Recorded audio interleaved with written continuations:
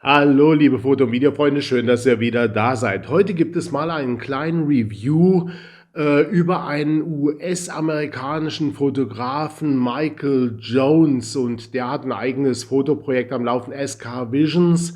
Und er präsentiert also auf YouTube diverse Tutorial-Videos, in denen er also zeigt, wie er mit Licht unterschiedlich umgeht, wie er seine Lichtformer einsetzt, was er mit den Models speziell macht, damit das Ganze auch fashion genug rüberkommt und so weiter und so fort. Er erklärt das einigermaßen ordentlich. Ich bin da jetzt nicht mit allem so glücklich, weil ich diesen Stil gar nicht so mag. Aber das hat ja im Großen und Ganzen nichts zu sagen, wenn der Lernerfolg nachher eintritt. Deswegen würde ich sagen, wir schauen uns das Ganze mal an. Es geht hier in diesem Video um den Unterschied zwischen hartem und weichem Licht und wie er das eben einsetzt. Dann wünsche ich euch viel Vergnügen. So, und schwuppdiwupp wären wir mal wieder hier bei mir im Studio. Dann lasst uns mal loslegen. What's up, it's your boy SK Visions, and today we're back with another video.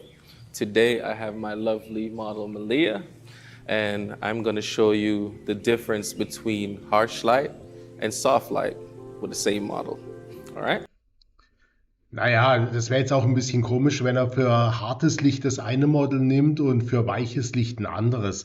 Ja, die Gute scheint relativ unbeteiligt, sitzt ein bisschen gelangweilt darum. Schauen wir mal, was draus wird. So I'm just going to go straight into it. I'm using a AD400. This is my go-to right now, and I'm also using a Magnum reflector. I have a grid on it. This is a 10-degree grid, and what I'm essentially doing is I'm going to be, well, this is for magnifying the light, but the grid is also to control the light so it can. Also, er benutzt 400 Wattsekunden Blitzlicht, noch gar nicht mal die allerneueste Technik, oder er lädt den Akku auf, irgendwie sowas, aber ich glaube, das ist eine Akkulampe, die er dann gerade über Stromkabel auflädt. Und das Interessante ist, da hat er jetzt also einen Normalreflektor drauf. Ich habe darüber schon mal ein Video gemacht und habe euch da auch ein Bild gezeigt. Ich blende euch das hier jetzt nochmal ein. Damit lässt sich schon auch interessantes Licht erzeugen. Was er jetzt allerdings gemacht hat, ist, er hat also noch ein 10 Grad, eine 10 Grad Wabe drauf gesteckt. Das gibt dann also ein saumäßig fokussiertes Licht. Also das ist dann schon etwas sehr Spezielles. Be right on her. No spill on the backdrop or anything of that sort. All right. So for the settings, I have 1/100 as my shutter speed. I have f11, and I also have my ISO at 100. Okay, ja. Also Hundertstel Sekunde Verschluss. Dann, was hat er, eine F11? Okay, also relativ geschlossene Blende und ja, ne? Und 100 ISO. Alles eigentlich so im normalen Bereich. For my white balance, though, I just have it on auto. Ja, also das verstehe ich nicht. Das sieht man aber in letzter Zeit immer öfters, dass die Leute mit einer Auto-Weißbalance, also mit dem Auto-Weißabgleich dann fotografieren. Er hat hier ein Blitzlicht, das ist kaltes Licht, also dann stelle ich halt meine 5800 oder 6200 oder 6500 Grad Kelvin ein und habe immer einen kontrollierbaren Weißabgleich, den man ja immer noch nachträglich nachher in der Bearbeitung ändern kann. Ja, also mit Automatiken im Studio arbeiten. Ich habe auch neulich ein Video von einem Fotografen gesehen, der arbeitet mit TTL-Belichtung. Also kapiere ich nicht. I know people like to flame people for having auto, but I'm gonna do it. So, anyways. Er sagt gerade selber, dass andere das verfluchen, so wie ich jetzt gerade zum Beispiel. Er macht's halt. When you're shooting in studio, you want to make sure you cut out all the ambient light. Right now, we have the lights off, but if let's say the light is on, you would essentially try to shoot without the flash, without the trigger on or anything, to make your background completely black. So, das ist völlig korrekt und unabdingbar. Wenn man im Studio fotografiert und man will wirklich unter absolut kontrollierten Lichtbedingungen arbeiten, dann muss man das Umgebungslicht komplett ausschalten.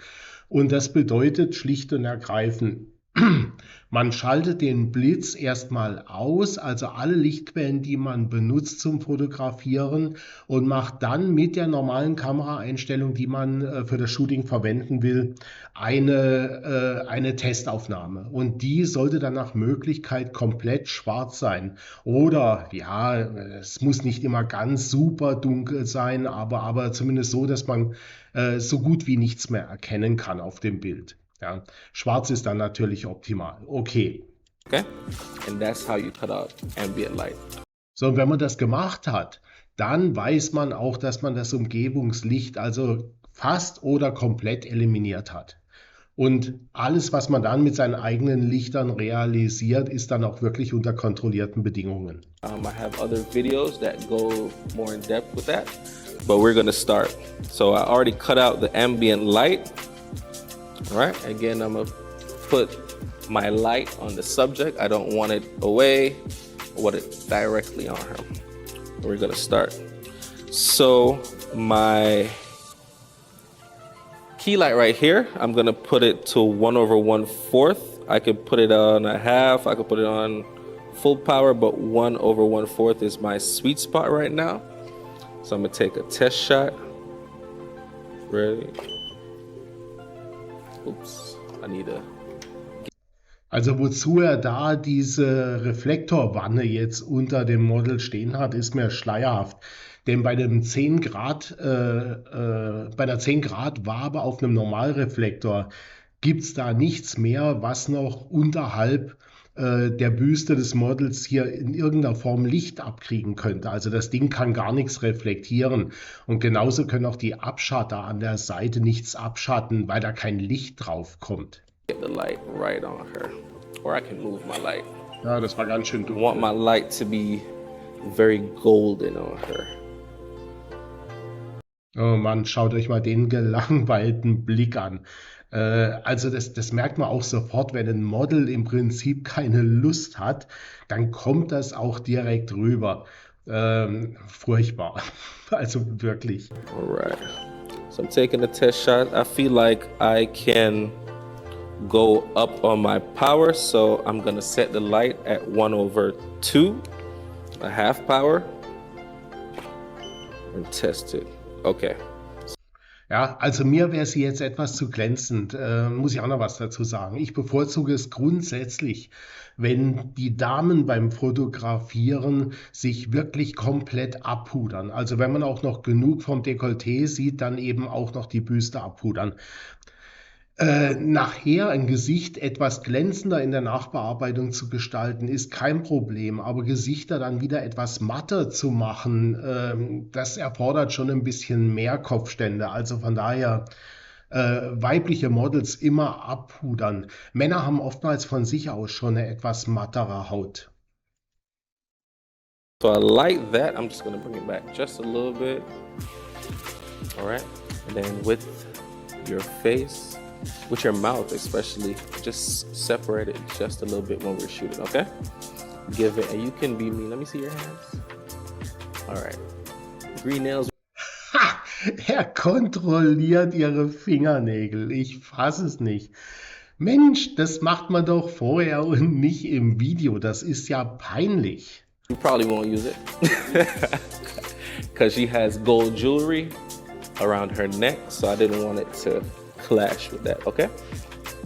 Ja, also ihm ging es jetzt um den Schmuck und so weiter, aber trotzdem, Mensch, das klärt man doch vorher alles ab. Right, so you can give a very mean, bold look. Yeah. Ah, sie ist eine hübsche, aber boah, ist das langweilig. Yeah. Chin up. And I'm gonna be shooting at a lower angle. You gotta know your model's angle.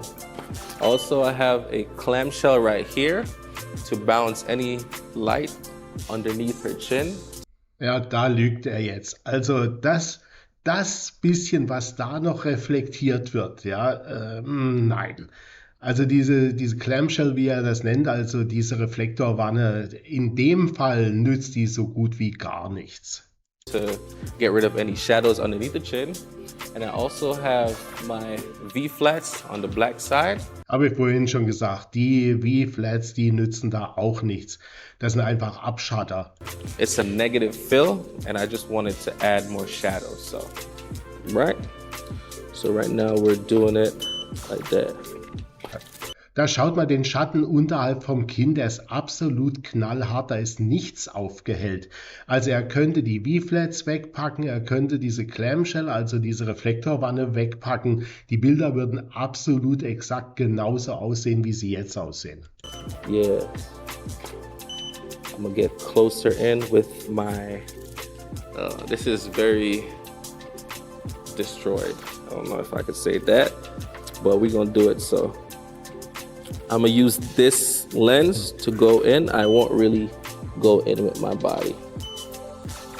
Yes. She's giving me a goddess vibe right there. I'm gonna take a couple shots with this, and then I'm gonna add some light. All right.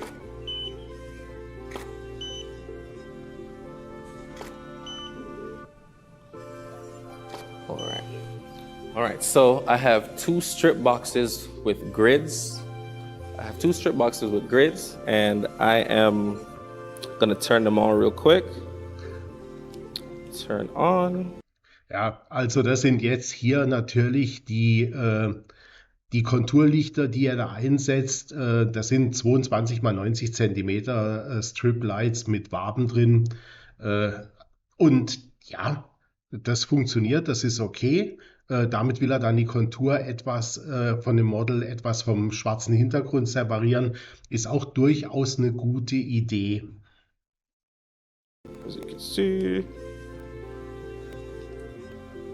All right, and what I'm doing is I'm just adding a kiss of light on her shoulders right here, her hands, Das sieht man auch recht and gut. her hair.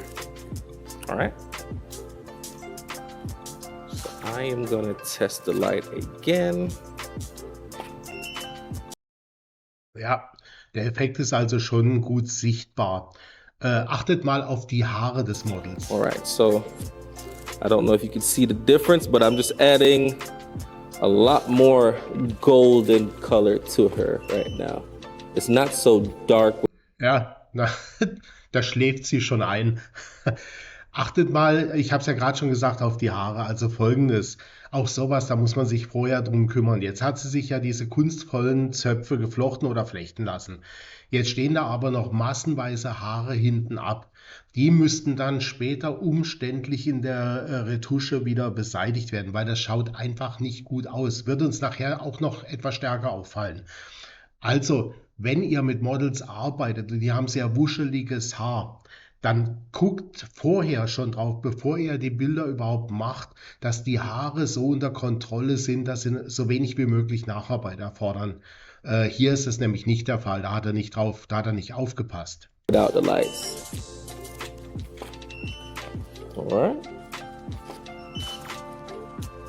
Also, I just want to always say that when you're working with beauty, you want to make sure the makeup is flawless. You want to have little to no work in the post-production process. Naja, Make-up ist halt eben nicht alles. Die Haare sind es dann nachher auch. Ja? Und der Schmuck, den sie trägt und so weiter, halt alles auch.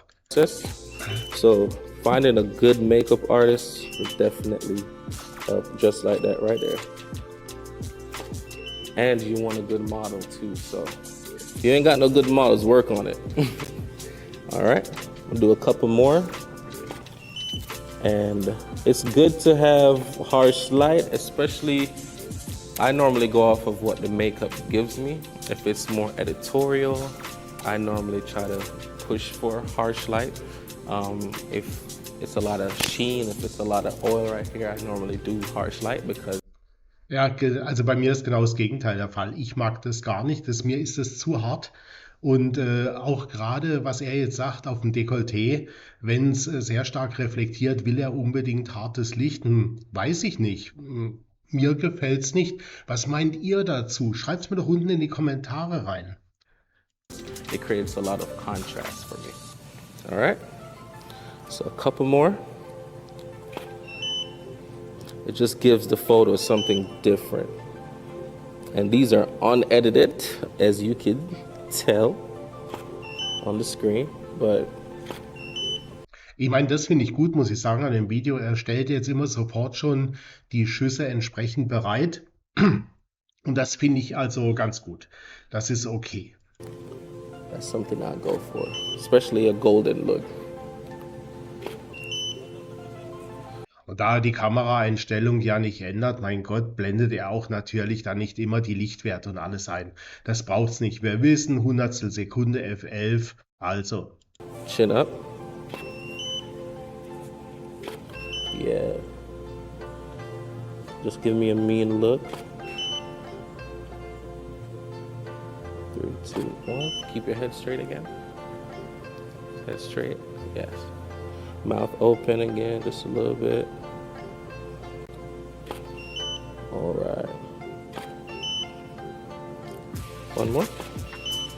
All right. So I absolutely love these photos. I'm just looking through them, and I got what I wanted. Again, this was at a half power, and my 2 strip boxes, one is at 1/8 and one is at 1/4, only because one is closer than one. All right, so now we're gonna go to the sidewall. Roger, if I can borrow you for a second, I'm gonna move the clamshell reflector, and I'm gonna go over to the white. All right, you can come with me. So, jetzt baut er um. Also das war jetzt wohl das Beispiel für das harte Licht und jetzt kommt das mit dem weichen Licht. Da wird jetzt auch wieder dieser Reflektor mitgenommen. Jetzt wird er dann allerdings Wirkung zeigen. Also das ist jetzt um einiges, finde ich, jetzt interessanter. Würde auch jetzt dem Licht entsprechen, was ich bevorzuge. I am gonna turn off those lights on my trigger. By doing that, you just press the letter or the group that it's on and press mode twice, and it'll turn it off on the Godox trigger. All right, so B, mode twice, C, press mode twice, and all of these lights back here won't affect me. All right, so this is on channel D, so I'm gonna press D. Ja, gut. Wisst ihr, das sind jetzt, ganz ehrlich, das sind jetzt so Informationen, da hätte jetzt auch genügt, wenn er gesagt hätte, ich schalte jetzt mal auf der einen Seite aus, aktiviere die Lichter auf der anderen und stelle die ein, weil mit welchen Kanälen er da arbeitet und mit welchen Untergruppen, das ist für uns jetzt mal völlig unwichtig. Wichtig ist, welches Licht benutzt er jetzt und welche Lichtformer. And I'm gonna press mode once, and now we work it over here. All right. So. Und jetzt habt ihr eine Lichtsetzung, das ist ja hier so ein Dish oder so eine Parabolbox. Für mich eigentlich fast alles das Gleiche. Ich würde dazu jetzt meine Okta nehmen, die 80 Zentimeter und diese Reflektorwanne, die er da unten hat, dieses Clamshell Light, das könnte durchaus auch ein ganz normaler, flacher Reflektor sein mit Silberfolie. Der tut's dann auch, weil diese Lichtwannenteile, die sind da relativ, naja, wie soll man sagen, zum einen sind sie umständlich, zum anderen sind sie sperrig. Das ist also eigentlich nichts zum schnell zerlegen. Es gibt zwar jetzt bessere Konstruktionen, aber trotzdem, gerade in kleinen Studios sind die Dinger einfach nicht wirklich praktikabel. Also ein kleiner Reflektor, 80 cm, 60 cm tut's da auch oder mit einem Meter Durchmesser oder ein ovaler Reflektor, der eben das Model dann von unten ausleuchtet.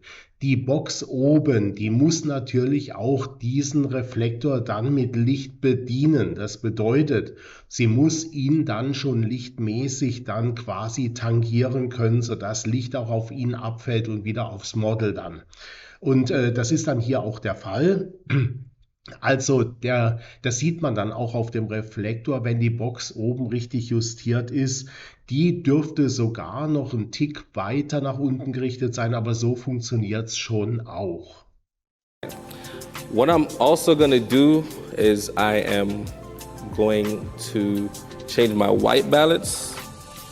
So I'm gonna change my white balance to daylight because I still want to get a goldish look to it. All right, so Ach, auf einmal lässt er jetzt mal die Automatik weg und macht's manuell. Und so macht man's nämlich eigentlich auch im Studio.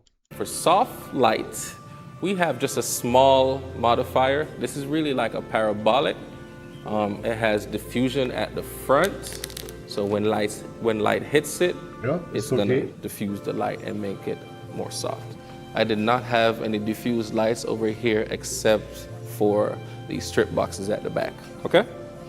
All right, so my settings are still the same. I have it at 1/100, f11, and I have ISO at 100. Also sie sitzt ziemlich nah vor dem weißen Hintergrund. Der wird dann also wohl hellgrau erscheinen, nicht ganz weiß. Ich denke mal, dass sie jetzt also vom Look her deutlich besser herüberkommt. So I'm gonna test the light to make sure that we're good. Ja, As you can see, look at me. This is perfect. so. Und jetzt schaut euch das an. Das ist vom ganzen Gesicht von Licht-Schattenwirkung her viel besser. Sogar ihre glänzende Stelle auf dem Dekolleté ist jetzt nicht mehr ganz so wuchtig, wie sie das vorher war. Und jetzt seht ihr aber auch das Problem mit den Haaren. Das muss man dann einfach korrigieren, weil sowas ist völlig unnötig. Und wenn er dem Model das Bild jetzt zeigt, dann würde sie normalerweise sagen, oh Moment, ich muss meine Haare richten. Da hat sie auch völlig recht. Also eigentlich müsste sogar die Make-up-Dame oder der Make-up-Herr, der da mit Sicherheit noch mit anwesend ist, hat er ja vorhin gesagt, da schon korrigierend eingreifen. Aber naja, ihm geht es halt da jetzt hauptsächlich ums Licht. I did not have to change the settings. Even though we set it up before the shoot, I wanted to make sure that I can just use the same settings and just run over here. All right. So with soft light, I still have the clamshell right here because I want to give her that eyeliner look in the eyes. I want to make sure her eyes pop, and I also wanted to not have shadow below. All right. Sorry for wasting your time and talking, Malia. Let's get straight into it. Ja, das schaut einfach viel besser aus. Und da kommt halt auch eben ihr, möchte ich schon fast sagen, asketisches Gesicht. Sie ist hübsch, wirklich durchaus hübsch. Kommt da viel besser zur Geltung. Alright, so still give Auch der Schmuck schaut jetzt hier wirklich klasse me the aus. same vibe that we shot over there, same looks. And I'm gonna be shooting at different angles. Ja, man sieht in den Augen jetzt auch schön die Reflexion unten von der Reflektorwanne. It's also good to make sure you talk to your model, make her know what exactly you're looking for. Malia actually, she just told me that she has been modeling for 1.5 years. Can't believe it. Ready? Chin up just a little bit. A little bit more. Yes. Oh, er hat den Kopf so sehr am unteren Bildrand. Warum gehst du nicht mit der Position der Kamera beziehungsweise mit dem Bildausschnitt weiter rauf? Naja, das ist alles jetzt oben, das ist alles verschenkter Platz. I'm having so much problems trying to focus on this dark. 3, 2, 1. Yes. Chin up again a little bit. I'm gonna go in tight on. Ja, die Haare, das ist jetzt mal ein Bildausschnitt. So, das gefällt mir. So ist das super. Ja, da tritt auch der Fehler mit den Haaren jetzt nicht mehr so in den Vordergrund. Ja. The face. Yes, so you can achieve a lot of different things using harsh or soft light. It's really up to preference or what you guys are going for. The editing definitely helps. You can go with whatever direction you want to go for these. Yes. doesn't even matter the background. Right now I'm not using any extra light. This is just one light and a model, right? 3, 2, 1. Yes. Get a couple close shots again. Ja, das ist jetzt zum Beispiel wieder ein Bildausschnitt, so finde ich ein Porträt gut. Ja, also nicht da mit dem riesen Raum oben, sondern richtig schon mal reingestellt. Ja. Und die Kamera hat ja genug Auflösung. Das ist ja, ich weiß Sie nicht kennen, so eine R5 oder sowas, keine Ahnung. Die Dinger, die haben ja 40 Megapixel oder was weiß ich. Da kann auch ruhig noch weiter weggehen, damit man das noch ein bisschen kontrollierter dann in der Nachbearbeitung freistellen kann. Aber so ist das toll. Ja, es ist eine spröde Schönheit, die junge Dame. Man merkt auch, dass sie bei dem Licht jetzt deutlich gefälliger rüberkommt und nicht mehr gar so gelangweilt. Chin up. Just keep your chin up. You can look Ja, da away hat er nochmal for some of these too. nachgesetzt. Chin Ah, up. hat selber gemerkt. Auch schön. Separate your mouth again from me. Yes. Ja, das ist auch mal ganz gut, wenn jemand wegguckt und nicht immer nur in die Kamera an einem vorbei. Sie gibt schon auch was her, aber es könnte meiner Ansicht nach von den Gesichtsausdrücken noch ein bisschen abwechslungsreicher sein.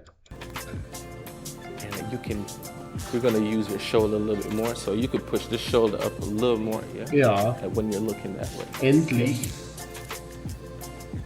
And then lean your head more so this way, yes. Yes. Jawohl. Look at me. Yeah. All right. One more. All right. So that's the difference. I hope you guys can take anything that I'm giving you. You really don't need a lot of lights. For that shoot over here, I did 3 lights. For this, I did 1.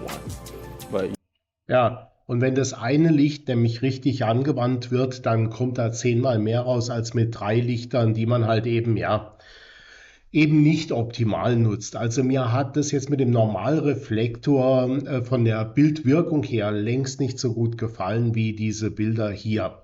you can achieve this with 1 light, 2 light, 3 light, however you want to build your set. All right? So I hope, again, you take anything from this. And if you have any questions, leave it in the comments below. I'll try my best to answer them. And you can roast me if I get any of my terminology wrong. All right? Have a good one. I'm out. Hey, what's up? It's your Gut, also das war's jetzt mal. Ja, die Präsentation an sich ist mir jetzt ein bisschen langweilig. Also vor allen Dingen, dass er im ersten Setup jetzt Sachen benutzt hat, die überhaupt nicht für die Bildwirkung mit zuständig sind. Das führt die Leute in die Irre. Also die Abschalter links, rechts und die Lichtwanne unten, also die Reflektorwanne unten, das war für nichts. Ja, das hätte er auch ohne machen können. Dann wäre das noch ein bisschen offensichtlicher gewesen und er hätte im Prinzip wirklich auch nur ein Licht benutzen müssen. Natürlich mit den Rimlight-Aufhellern, also mit den Strip-Lights, die er da dann zur Kantenaufhellung benutzt hat, hat er es dann noch ein bisschen gerissen. Aber im Großen und Ganzen waren da jetzt noch einige Patzer drin, wo ich sagen muss, ja, wenn man das jetzt schon so präsentiert und wenn man sich so ein hübsches Model ins Studio holt, die dann noch aufbrezelt ohne Ende und aufstylt, dann muss man auch wirklich zum Beispiel darauf achten, dass die Haare nachher in Ordnung sind und dass da wirklich also die Bildwirkung dann dem Zuschauer auch zeigt, was da optimalerweise rüberkommen kann. Leute, ich weiß, in meinen eigenen Videos mache ich das auch nicht. Da sage ich auch vorher, Achtung, es geht mir nicht darum, dass das Produkt jetzt besonders hübsch ausschaut, sondern zum Beispiel, dass die Spiegelung auf dem Produkt jetzt optimal ist oder variabel und ihr seht, wie ihr das ändern könnt. Natürlich. Von daher ist es bei mir dann auch nicht optimal, aber ich werde auch oder habe auch schon Shootings bereitgestellt, wo ich wirklich auf all das geachtet habe und wo es auch wirklich darum ging, eine Aufnahme zu optimieren. Also von daher, das vermisse ich hier halt ein bisschen. Dann die Amis immer mit ihrem WhatsApp und Ding, ja, die machen alle immer so auf cool. Äh, ja, und dann mit dieser gelangweilten, ruhigen Stimme, ja, könnte man auch etwas optimieren. Ja. Die Musik hat jetzt da auch nicht unbedingt dazu beigetragen, dass man wach bleibt. Aber ansonsten eigentlich schon ein interessantes Video. Er hat nur leider nicht viel online. Er hat seit 2016 den Kanal und hat nur noch nicht mal ganz 30 Videos online. Ein bisschen wenig, merkwürdigerweise. Nun denn, dann ab zum Abspann. So, liebe Leute, das war's dann schon wieder für heute. Dann hoffe ich, das Video hat euch ein bisschen gefallen. Schenkt mir doch ein Like oder schaltet ein Abo, wenn ihr neu auf diesem Kanal seid. Aktiviert das Glöcklein, damit ihr informiert seid, wenn sich hier wieder was Neues tut. Und dann sehe ich euch hoffentlich beim nächsten Mal. Bis dahin, euer Alexander Schwarz.